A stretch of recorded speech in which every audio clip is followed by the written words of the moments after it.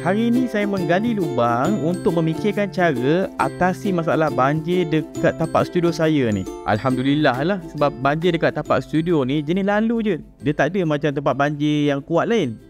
Semoga dia orang dipermudahkan urusan lah. Kalau ikut jiran saya punya report, dia bagi tahu saya yang banjir ada tapi sikit je. Dia naik kejap, lepas tu dia turun. Rasa dalam paras keting saya kot. Kalau kita tengok kan, nak nampak tu. Korang tengok dekat rumput ni, ada kesan lumpur kan? Itu paras air banjir. Tapi tak adalah sampai atas sana, jalan tu tak kena. Dia dekat bahagian yang redah-redah kat sini. Masalah yang saya dah fikir sekarang adalah kesan lepas tu air banyak tempat lopak bertakung. Sini ada satu, kat sana tu ada satu, situ ada satu. Jadi untuk atasi masalah ni, saya nak buat satu sistem lubang serapan mini untuk bagi air yang bertakung ni diserap terus ke bawah tanah dan membuatkan saya punya kawasan tanah ni kurang lopak-lopak air. Konsep dia mudah je. Dekat tanah kita cari tempat yang banyak kena air. Biasanya tempat rendah lah. Kita gali lubang, then letak filter maybe geotextile punya material supaya air boleh masuk tapi bahan-bahan lain macam batu, pasir, tanah tak masuk. Saya buat cover penutup yang simple supaya mudah kita nak taburkan batu dan hold barang-barang tu kat tempat dia. Then tuanglah batu kerikil. Settle design, bagi saya 3D print kejap, then terus saya pergi ke tapak studio balik. Jadi untuk mudah gali lubang, saya tak nak lah tebuk manually pakai tangan macam itu. Onek, saya akan gunakan ini auger machine ni. Ini powered by petrol.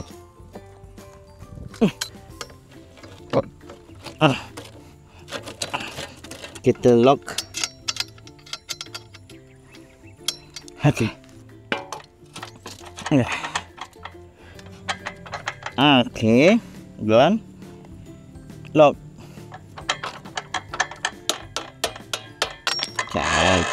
Cantik. Ni dia punya pin. Tak lagi cabut.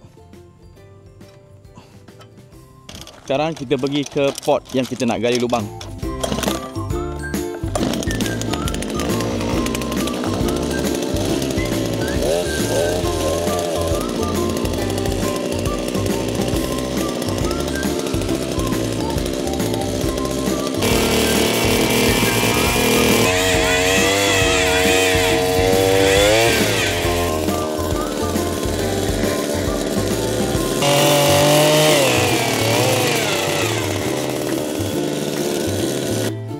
Boleh cak. Ni patut buat masa tengah kering sikit. Ni time boleh cak lah nak buat kan. Tapi nak tunggu kering ni bila nak siap video. Sekarang ni memang musim hujan.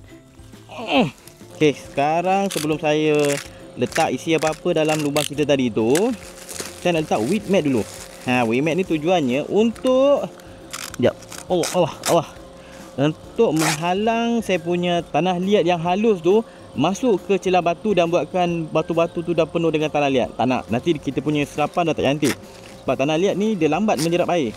Saya nak mau bulat sebab dia tengah basah. Kalau kering senang sikit, ni tengah basah. Tapi saya kena cari alternatif yang lebih baik supaya semua dinding dalam ni di cover oleh kita punya weed mat. Boleh lah. Asalkan dah bergulung, boleh isi dalam tu. Kerjakan cepat sebelum hujan.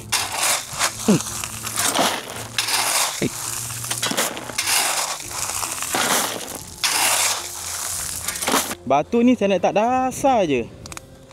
Kat dasar tu je. Saya boleh isi semua lubang ni dengan batu kerikil, tapi kapasiti air yang boleh disimpan dalam ni dalam maybe 30% saja. Sebab batu kerikil tu dah ambil banyak space. Untuk maksimumkan kapasiti air yang boleh simpan dalam lubang serapan ni, saya boleh gunakan crate ataupun ini saya repurpose balik filament, saya punya 3D printer filament roll. Tinggi-tingkatkan macam ni. Hujung bawah tu dah ada batu sikit. Selebihnya saya masuk sumbatkan je 3D printer punya filament roll ni. Okay, ini last. Adalah tenggelam sikit. Tengah ni sikit. Dan saya akan letakkan ini penutup dia. Awalnya saya plan buat penutup ni untuk membolehkan kita senang nak tabur kerikil dalam ni tanpa benda ni tertutup. Tapi bila dah ada crate ni, macam tak perlu pun tak apa.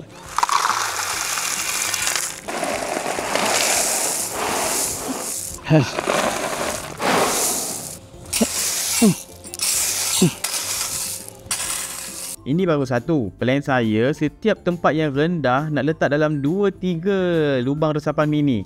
Plannya nak buat banyak lah. Kalau saya kira kan, daripada saya letak gravel ataupun batu kerikil, saya gantikan semuanya pakai filament roll. Kalau kita boleh develop sistem crate yang bentuk bulat macam ni lagi senang. Sebab lubang tu boleh simpan sampai 80% air. Lubang saya tadi bentuk silinder, kedalaman 0.8 meter, jejari dalam 0.1 meter. Untuk dapat isi padu volume, pi R kuasa 2 kali dengan ketinggian H sama dengan pi kali dengan dia punya jejari 0.1 meter kuasa 2 kali dengan ketinggian 0.8 meter. Kita akan dapat 0.025 meter padu, dan disebabkan 80% kita punya air yang dapat disimpan, jadi kita boleh simpan dalam 0.02 meter padu bersamaan 20 liter air. Ini baru satu lubang resapan. Kalau kita buat sistem sampai 50 lubang resapan satu rumah, dapat 1000 liter. 1000 liter ni saiz dia macam tangki air. Bayangkan, kalau hujan renyai-renyai, lubang resapan mini kita boleh serap semua air tu. Kalau hujan sederhana pun tak ada masalah, boleh tampung sepenuhnya. Tapi bila masuk hujan lebat, ini akan ada lebih. Ada limpahan air hujan. Kalau satu taman perumahan ada dalam 300 rumah lah lebih kurang.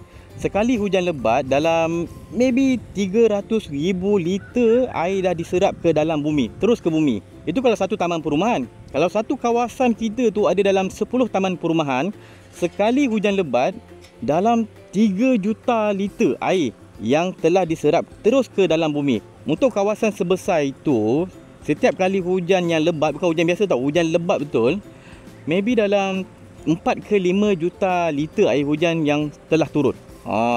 Bila setiap rumah ada sistem resapan mini macam ni, ada 50 at least, hujan yang turun dalam 5 juta liter yang disimpan ataupun diserap dalam sistem serapan ni dalam 3 juta liter, balance dalam 2 juta liter.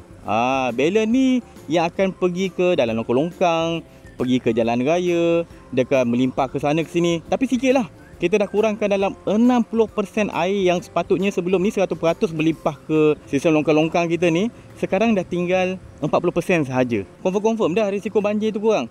Kena pula kalau kawasan tinggi ni dah kurang air, bila hujan tu pergi ke tempat lain pula, kawasan yang bawah sikit, tak adalah terima air yang banyak daripada kawasan yang tinggi. Air kan ikut graviti, tempat yang tinggi penuh dengan air, dia akan turun ke bawah.